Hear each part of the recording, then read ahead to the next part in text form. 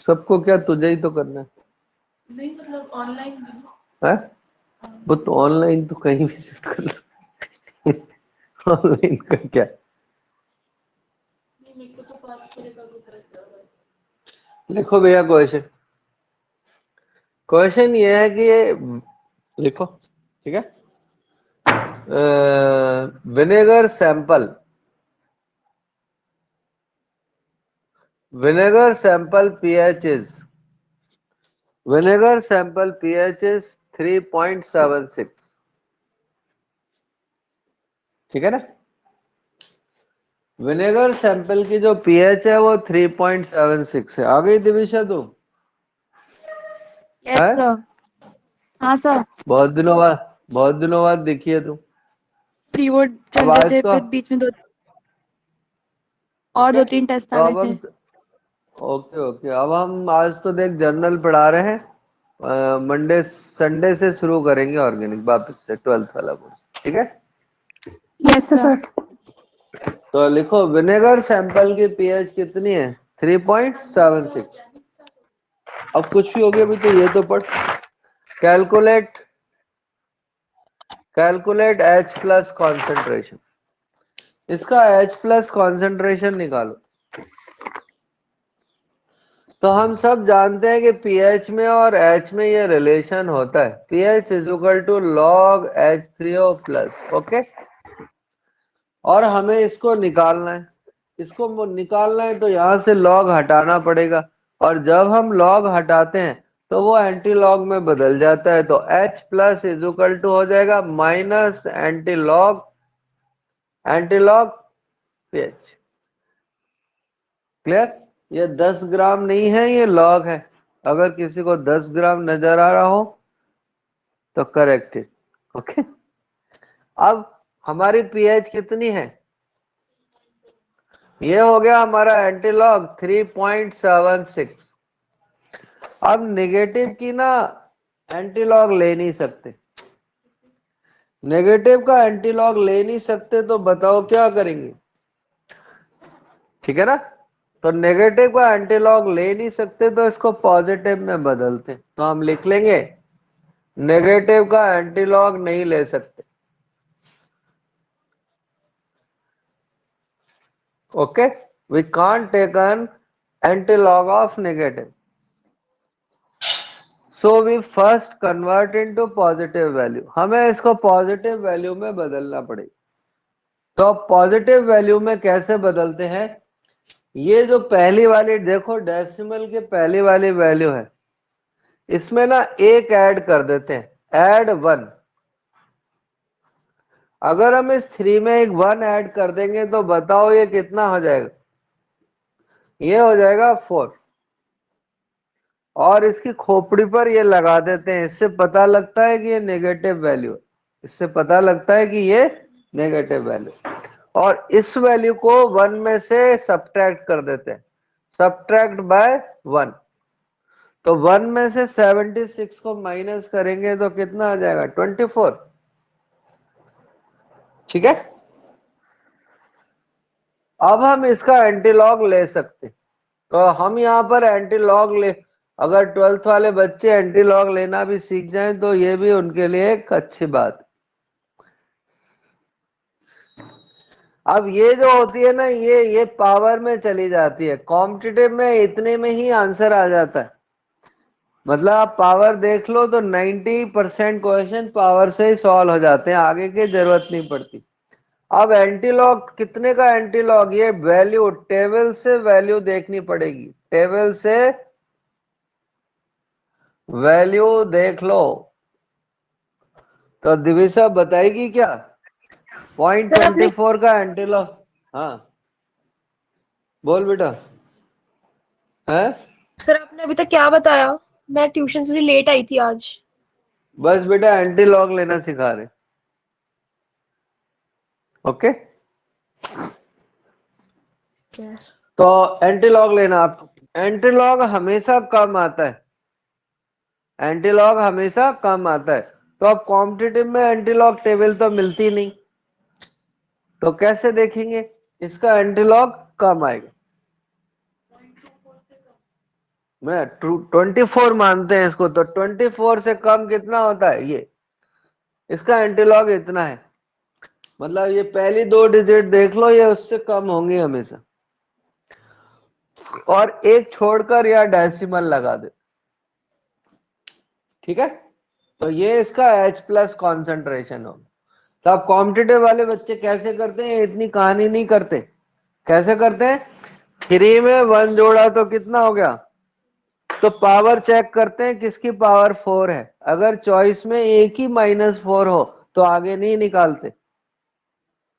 तो फिर अगर 2 की पावर -4 है तो फिर इसको सब्ट्रैक्ट करते हैं 1 में से, कितना बचा 24, तो एक की वैल्यू कम होगी डेफिनेट। मतलब हमें कॉम्पिटिटिव तो गवारों के लिए होती है, 12th और 11th अच्छे बच्चों के लिए होती है। 12th और 11th में सिखाया जाता है कि कैसे कॉम्पिटिटिव डील करनी है, पर बच्चे क्या आजकल उल्टी गंगा बहाने लगे, कॉम्पिटिटिव की तैयारी करते हैं 11th छोड़ देते। ओके कॉपी हो गया। तो ये एनसीईआरटी एग्जाम्पलर का क्वेश्चन है, एनसीईआरटी एग्जाम्पलर का क्वेश्चन है। अगला क्वेश्चन हमारे सामने ये है आपके स्क्रीन पर, ठीक है ना। ये भी एनसीईआरटी एग्जाम्पलर का क्वेश्चन है कि हमारे पास 2 सॉल्यूशन है ए और बी, और इनकी पीएच है 4 और 6। अगर हम इनके इक्वल वॉल्यूम को मिक्स कर दें तो रिजल्टेंट सॉल्यूशन की पीएच क्या होगी। If Harshit 4.3. if equal volume mixed together, what is pH of mixture, mixture की पीएच क्या होगी। आज हमें लग रहा है क्लास हो ही नहीं, आज पेन ही खत्म। ये कल कराया था हाँ, है ना, इसके जैसा कराया था, ये तो नहीं कराया था। योगिता, बट आंसर यही था। Yes sir. योगिता तो बता Yes, आंसर sir. क्या होगा। 4.3. तो हमने कल बताया था जो भी लोअर पीएच वाला होता है उसमें 0.3 जोड़ देते। अब बच्चा क्या कहता है, सर तो रटाते हैं, अरे हम इतना ज्ञान दे रहे हैं कि इतना ज्ञान शहर में 2-4 ही टीचर को है कि न्यूमेरिकल को थ्योरेटिकल कैसे बदलते। आधा पन्ना लगता है इस क्वेश्चन को सॉल्व करने, ठीक है तो कर लो। तो अगर 2 पीएच के इक्वल वॉल्यूम को मिक्स करें तो पीएच जो कम वाली होगी उससे 0.3 ज्यादा होती, ठीक है। तो कॉम्पिटिटिव की पढ़ाई थोड़ी सी हार्ड है, हार्ड नहीं है, इजी है। कॉम्पिटिटिव पढ़ना आसान है, 12th पढ़ना हार्ड है। हटा दे। अगला क्वेश्चन हमारे सामने स्क्रीन पर यह है कि हमारे पास एक pH 5 वाला सॉल्यूशन है, pH 5 वाला सॉल्यूशन है, और अगर हम इसका डाइल्यूशन 100 टाइम्स बढ़ा दें, कितने टाइम्स 100 टाइम्स अगर बढ़ा दें तो इसकी pH क्या हो जाएगी हर्षित। 6.99। तो हमने बताया था जब 10 टाइम बढ़ाते हैं तो पीएच की यूनिट 1 बढ़ जाती है, तो पीएच कितनी हो जाएगी, फिर एक बार और बढ़ाएंगे तो कितनी हो जाएगी 7, लेकिन 7 किसी की हो ही नहीं सकती। तो इसका आंसर, सही आंसर क्या होगा 6.99। कॉपी कर डाल। ये एनसीईआरटी एग्जाम्पलर का क्वेश्चन है। अब हम स्टार्ट कर रहे हैं आज का टॉपिक, नाम है उसका बफर, नाम है उसका बफर। तो दिविशा बताएगी, दिविशा हमारी बॉडी में कोई बफर है क्या। सर बॉडी में? हाँ, अपनी बॉडी में कोई बफर सिस्टम है क्या। हाँ सर। क्या है। तो डाल ले, अगला टॉपिक नाम है बफर सॉल्यूशन। बायो में पढ़ाते हैं हैं? नहीं, बायोलॉजी में पूछ रहे हैं। लिखो, अभी बताते। Solution whose pH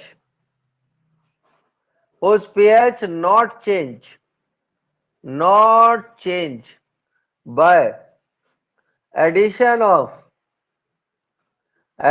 of acid or base, addition of acid or base is called buffer. Hindi में वर्जन इसका ये है, एक ऐसा सॉल्यूशन जिसकी पीएच थोड़ा सा एसिड और थोड़ा सा बेस डालने से चेंज नहीं हो, उसको हम क्या कहेंगे? उसको हम कहेंगे बफर सॉल्यूशन। ठीक है? हम पूरे दिन में कई चीजें खाते हैं, कभी चाय पीते हैं, कभी दूध पीते हैं, कभी कोल्ड ड्रिंक पीते हैं, पर हमारे बॉडी की पीएच चेंज नहीं होती। क्यों? क्योंकि जो हमारी बॉडी में ब्लड है, वो बफर है। ठीक है? जो ब्लड है वो बफर का काम करता है। तो जब हम थोड़ा सा एसिड या थोड़ा सा बेस खाते हैं तो इसकी पीएच पे कोई फर्क नहीं पड़ता। हमने सुना होगा, घर में कहावत होती है, हर चीज की अति बुरी होती है। तो अगर हम कोई चीज बहुत ज्यादा क्वांटिटी में खाते हैं तो ब्लड की पीएच बदलने का चांस होता है। थोड़े से नहीं चेंज होगी, पर अगर हमने अगर थोड़ा सा जहर खा लिया, थोड़ा सा, तो कोई फर्क नहीं पड़ेगा। लेकिन अगर ज्यादा खा लिया तो फिर हमें बाकी बफर की सोचने की जरूरत ही नहीं, फिर सारे बफर अपने आप ही खत्म हो जाएंगे। ओके? तो ब्लड जो है वो बफर का है। अब हम चलते हैं टाइप्स ऑफ बफर। तो कोई बायोलॉजी वाला बताएगा कि कितने टाइप के बफर होते हैं अपनी बॉडी? सर बफर जिनका पीएच चेंज नहीं होता। हाँ, जिनका पीएच नहीं बदले वो बफर होता है। क्लियर? अब एक तो सिंपल बफर होता है। सिंपल बफर बनाने के लिए हम दो वीक एसिड और वीक बेस को मिला देते हैं। तो जब भी कोई वीक एसिड और वीक बेस आपस में मिलेंगे तो कौन सा बफर बनाया जाएगा? Simple buffer. और हमें वीक एसिड में इसका नाम याद होना चाहिए, एसिटिक एसिड का, और वीक बेस में किसका? तो ये दोनों कौन सा बफर बनाएंगे? कैसा बफर? Simple buffer. ठीक है? कैसा बफर? सिंपल बफर बनाएंगे। जो दूसरा हमारा बफर है उसको हम कहते हैं मिक्स्ड बफर। उसको हम कहते हैं मिक्स्ड बफर।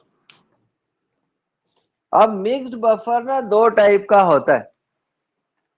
मिक्स्ड बफर दो टाइप का होता है, और कौन कौन सी दो टाइप होती है हम इधर लिख रहे हैं। एक होती है एसिडिक बफर और एक होता है बेसिक बफर।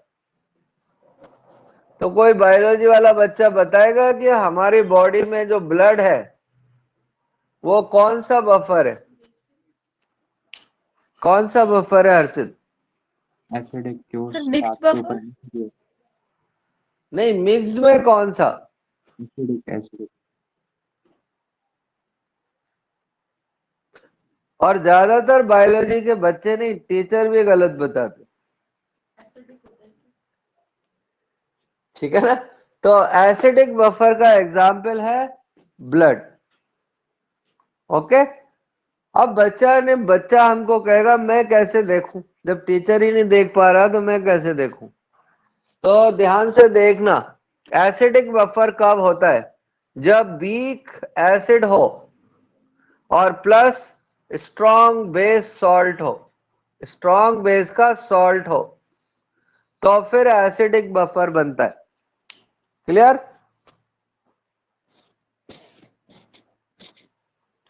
और बेसिक बफर कब बनेगा?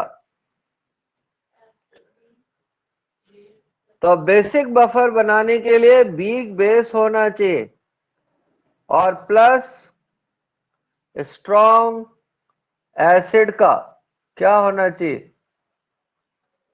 स्ट्रॉन्ग एसिड का सॉल्ट होना चाहिए। क्लियर? तो हम सबसे पहले अपना खून ही देखते हैं, हम नहीं, तुम्हारा भी खून। तो हमारी बॉडी में खून में ये होता है, कार्बोनिक एसिड का बफर होता है और हम नमक खाते हैं, ये दोनों मिलकर जो बफर बनाते हैं वो सोडियम बाइकार्बोनेट का होता है। ठीक है? तो जो बफर बनेगा उसको हम ऐसे लिखेंगे, H2CO3 ऑब्लिक NHCO3। क्लियर? दूसरा जो बफर है वो एसिटिक एसिड का है, विनेगर का। अगर हम इन दोनों की रिएक्शन कराएंगे तो हमें ये सोडियम एसीटेट मिल जाएगा। तो ये तो एसिड हो गया और ये सॉल्ट हो गया, तो इसको कैसे लिखेंगे? ऐसे करके। क्लियर? क्लियर? इसके अलावा भी काफी सारे एसिड हैं। ये वीक एसिड है और ये KOH के साथ में KCN बना लेगा, तो हम इसको लिखेंगे HCN और KCN। क्लियर? बोरिक एसिड कैसा एसिड है योगिता? बोरिक एसिड एक वीक एसिड है। तो बोरिक एसिड और बोरेक्स आपस में मिलकर ओके एसिडिक बफर बनाता है। ये सारा कॉपी कर डाल।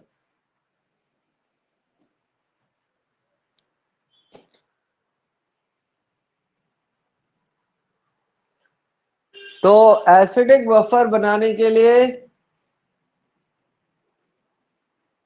दीक्षा क्या चाहिए हमको? है बोरिक एसिड और बोरिक एसिड नहीं, वीक एसिड। बोरिक एसिड से तो एक ही याद हो पाएगा हमको। ओके, कोई भी वीक एसिड और स्ट्रॉन्ग बेस के साथ में सॉल्ट। एक और भी तरीका है बफर देखने का, और वो ये है, तो ये नोट लिख लो, पूरे 500 रुपए का नोट है ये, वो वाला नहीं जो बंद हो गए, जो चल रहे हैं वो वाला, कि कोई भी कॉन्जुगेट एसिड और बेस का अगर पेयर होगा तो वो हमेशा बफर का काम करेगा। Clear? Conjugate acid base pair always act as buffer, हमेशा बफर का काम करे। और कॉन्जुगेट एसिड बेस हम लास्ट क्लास में पढ़ चुके। क्लियर? आप इसको देखोगे तो देखो, ध्यान से देखना। अगर हम इसमें से के हटा दें तो क्या बन गया? कॉन्जुगेट बेस बन गया। तो कोई भी conjugate acid base pair buffer का काम कर सकता है। क्लियर? तो नीट में इसके क्वेश्चन कैसे आते हैं देख, अभी बेसिक बफर बाकी है। ये हमारा है H3PO4 और हमने इसमें से एक H निकाल दिया, तो बताओ क्या ये बफर का काम कर सकता है? हर्षित? यस सर, है? कर सकता है। तो ये बफर का काम कर सकता है क्योंकि ये इसका कॉन्जुगेट बेस है। जो लोग नए हैं वो लिख सकते हैं, कॉन्जुगेट बनाने के लिए H+ ऐड कर देते हैं या रिमूव कर देते हैं। एसिड के लिए थोड़ी रिमूव कर। हमने लगा कॉन्जुगेट बनाने के लिए, हमने आगे का नाम ही नहीं बोला। अगर कॉन्जुगेट बेस बनाना है तो H ऐड निकाल दो, और कॉन्जुगेट एसिड बनाना हो तो H जोड़। अब देखना और बताना, ये भी क्या कॉन्जुगेट है क्या? ये भी बफर बनाएगा क्या? ये दोनों बफर बनाएंगे? देखो कंसेप्ट से हिलते नहीं है, अगर कंसेप्ट से हिल गए तो आपसे प्रॉब्लम नहीं होगी। हमने आपको सिंपल क्या बताया, कॉन्जुगेट एसिड बेस पेयर होगा तो बफर बने, और आपको इस लाइन पे स्टिक रहना है। अगर आपने एक बार भी आपका मन डोल गया तो फिर नहीं दिखेगा आप, और कोई लॉजिक लगाना ही नहीं है आपको अगर नीट में जाना है तो, और कंपाउंडर बनना है तो खूब दिमाग चलाओ। ओके, तो ये भी कॉन्जुगेट एसिड है, और ये भी, तो ये दोनों एक्ट करेंगे बफर का, और ये दोनों एक्ट करेंगे बफर। अब आज का इसका लास्ट योग्यता बताएगी। योग्यता ये, इसका क्या लगता है, कॉन्जुगेट एसिड या कॉन्जुगेट बेस? Conjugate base. पक्का? जरा बोल तो सही, कॉन्जुगेट बेस कैसे बनाते हैं, बोल। H माइनस कर देंगे इसमें से। है क्या कर देंगे? एसिड में से हर्षित, एक हाइड्रोजन को हर्षित, 3 जन। कॉन्जुगेट एसिड बेस पेयर बनाने के लिए एक ही हाइड्रोजन हटाते हैं या जोड़ते हैं? इसमें भाई बहन कोई रिश्ता नहीं है। क्यों? इसमें 2 H का फर्क है। तो लिख लो, ये कुछ नहीं लगते आपस में। क्यों? दो क्यों H नहीं हटे हैं लगते? इसलिए। 2 H हटे।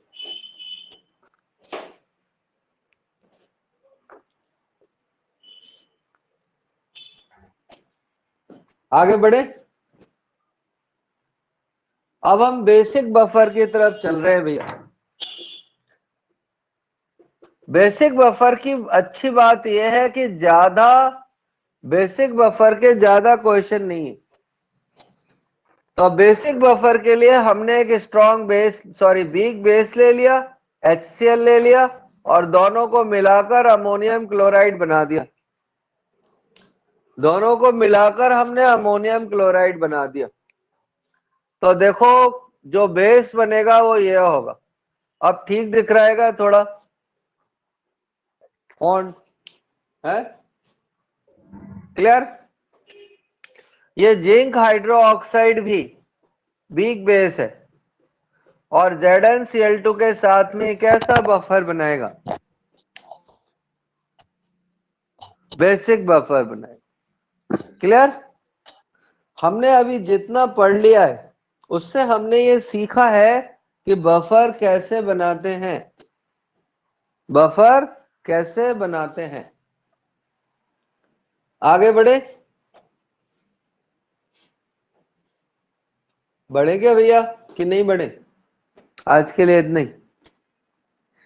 तो लिखो, mechanism of buffer action, mechanism of buffer action.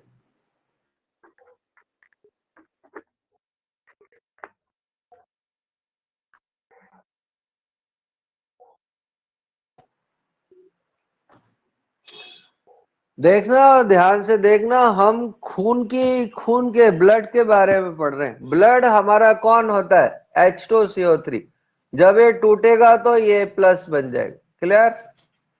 और इसका सॉल्ट होता है ये टूटेगा तो ये बन जाएगा। ओके,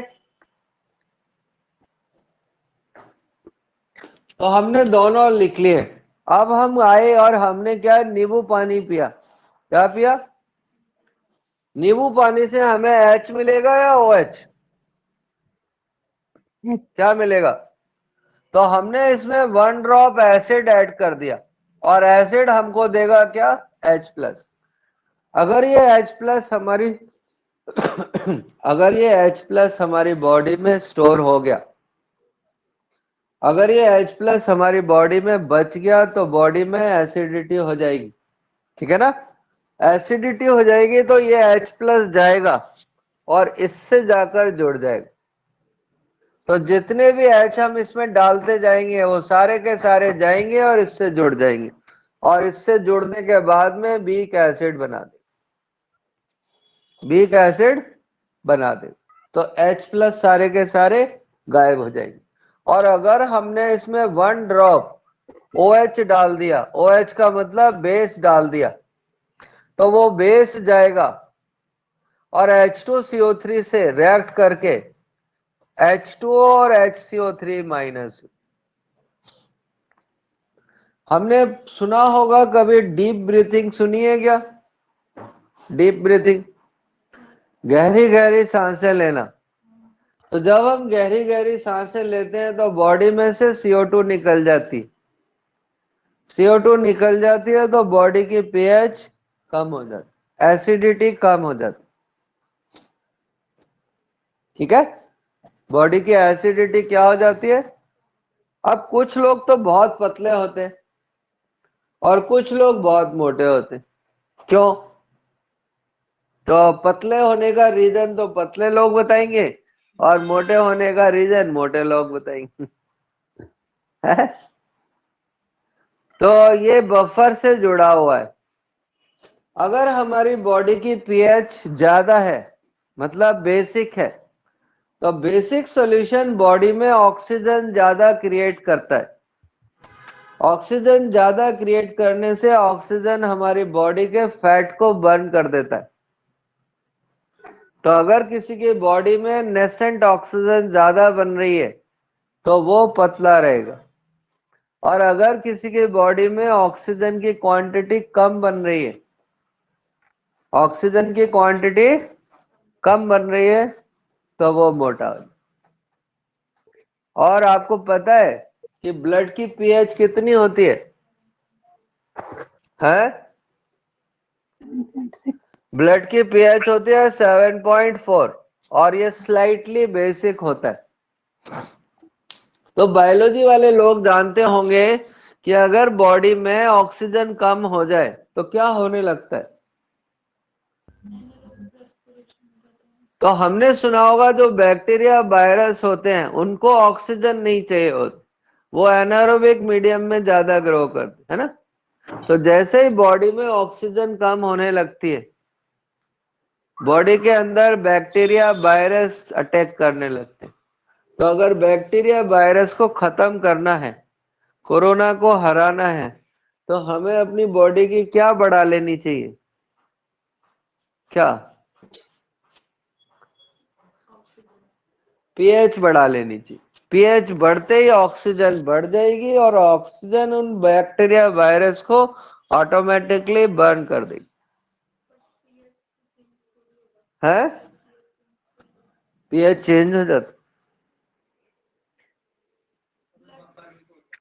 पर वो बफर टूट जाता है ना, तभी तो बॉडी में डिजीज पैदा होती। तो वो तो तब करेगा ना जब फिर हम कोई ऐसी चीज खा लें जो इस pH को रिस्टोर कर देगा तो हम ठीक हो जाएंगे।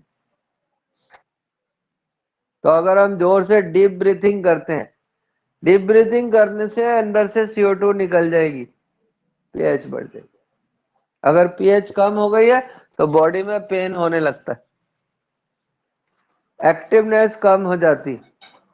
pH अगर ज्यादा है, बॉडी में ऑक्सीजन ज्यादा होगी, तो ऑक्सीजन ज्यादा होगी तो ऐसा आदमी एक्टिव बहुत होगा, उसके दिमाग के घोड़े डंग डंग करके दौड़ते ही रहते हैं, जैसे दीक्षा। सही है ना? क्यों दीक्षा, क्या सर?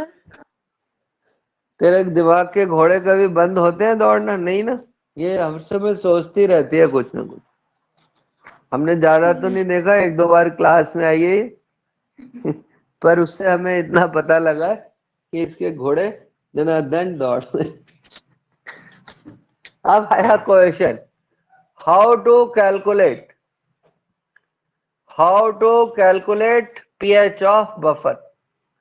तो बफर की pH हम कैसे निकालेंगे? ये 11th के पाप हैं जो हमने पिछली साल कोरोना के दौरान किए थे।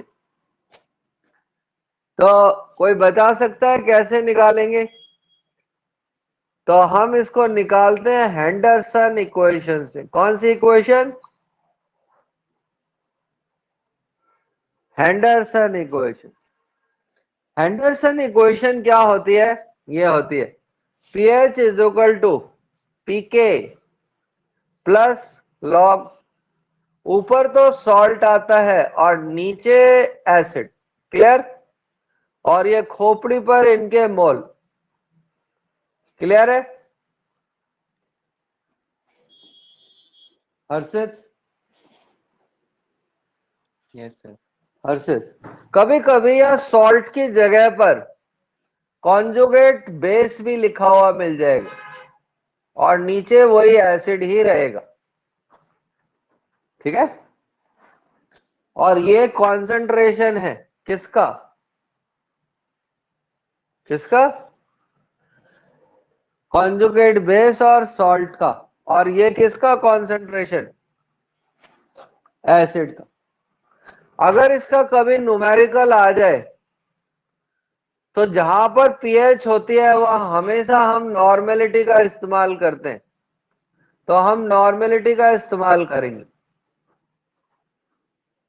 इससे हम पीएच निकाल सकते हैं और बेसिक बफर की पीओएच निकालने के लिए हम इस फॉर्मूले का यूज करते हैं। ऊपर वही सॉल्ट आ जाएगा और नीचे अब एसिड की जगह कौन आ जाएगा? बेस आ जाएगा। तो हमें हेंडरसन इक्वेशन मिल गई है और हमने कल की क्लास में पढ़ा था कि पीएच और पीओएच का सम कितना होता है? 14। और ऐसा हम बचपन से ही पढ़ते हुए आ रहे हैं। ठीक है? क्लियर इतना पार्ट? तो अब यहां पर कुछ लोग पीके को देखकर परेशान हो जाते हैं कि इसको कैसे पिए। तो पीके बराबर लॉग होता है, लॉग के। लॉग की प्रॉपर्टीज है ये। P stand for negative log. इस पी का मतलब क्या होता है? Negative log. तो कुछ लोग आज नई आत्माएं हैं, तो देख लो नई आत्माओं, हमें इसका पीके लेना है। तो देखो इसको तो सिंपल बता रहे हैं, आगे ले आते हैं। और ये होता है -log 1। log 1 0 होता है तो पीके कितना हो गया? पीके कितना हो गया? तो आगे से याद रखेंगे पीके कम से कम पावर से कम होता है या पावर के बराबर ही होगा। तो हमने यहां से अगर हमको के गिवन हो तो के की हेल्प से हमने पीके निकालना सीखा है।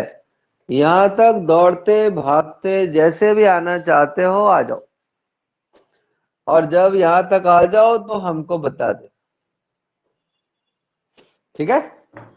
जो कॉम्पिटिटिव वाले बच्चे हैं वो 2 लोगों के पीके घर से पीके आएंगे, और इनके पीके हमने कल बताए थे क्योंकि 1-2 आत्माएं नई आ गई हैं आज काफी दिनों बाद,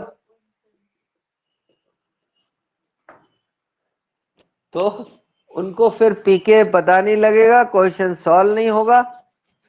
ठीक है? तो इन 2 लोगों की पीके घर से पीनी पड़ती है। अगर पी लो तो अच्छा है, नहीं तो फिर नेक्स्ट ईयर पीने को मिलता है। ओके? तो हम आगे चलते हैं और कुछ काम की बातें पढ़ते। इसमें पहला क्वेश्चन ये है कि बफर की मैक्सिमम बफर एक्टिविटी कब तक होगी? तो मैक्सिमम बफर एक्टिविटी तब होती है जब सॉल्ट का कॉन्सेंट्रेशन किसके इक्वल हो? एसिड के इक्वल हो, या फिर सॉल्ट का कॉन्सेंट्रेशन किसके बराबर हो? बेस के बराबर। ओके? तो ये पहला क्वेश्चन है और नीट में सबसे ज्यादा क्वेश्चन इससे सॉल्व हुए आज तक। नीट के ज्यादातर क्वेश्चन इतने में ही खत्म हो जाते हैं। ठीक है? दूसरा क्वेश्चन ऐसे आता है, रेंज ऑफ बफर कैसे निकालते हैं? Range of buffer.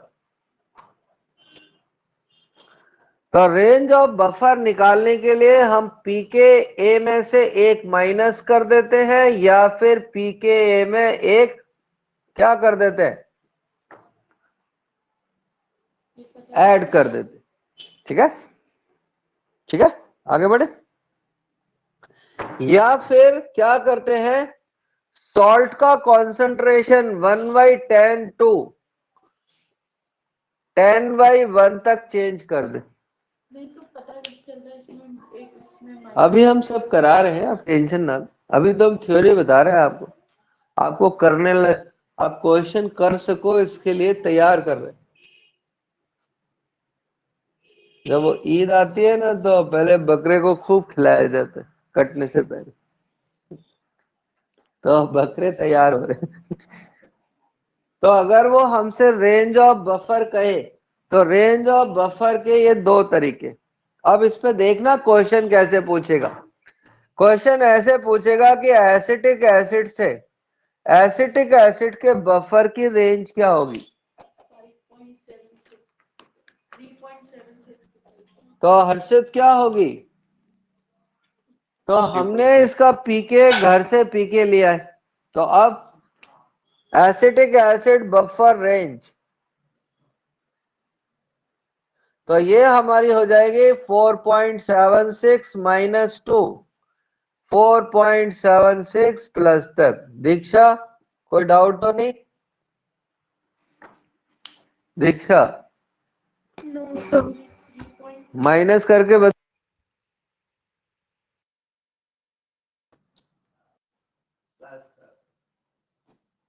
सर आपकी आवाज। हाँ भैया देखो, भाग मत जाना। कुछ लोग क्या है, जैसे ही हम अब बंद करेंगे फिर दोबारा लौट के नहीं आते, उनमें से एक दीक्षा भी है। तो हम वापस क्लास को बंद करके फिर से ओपन कर रहे हैं। क्लियर?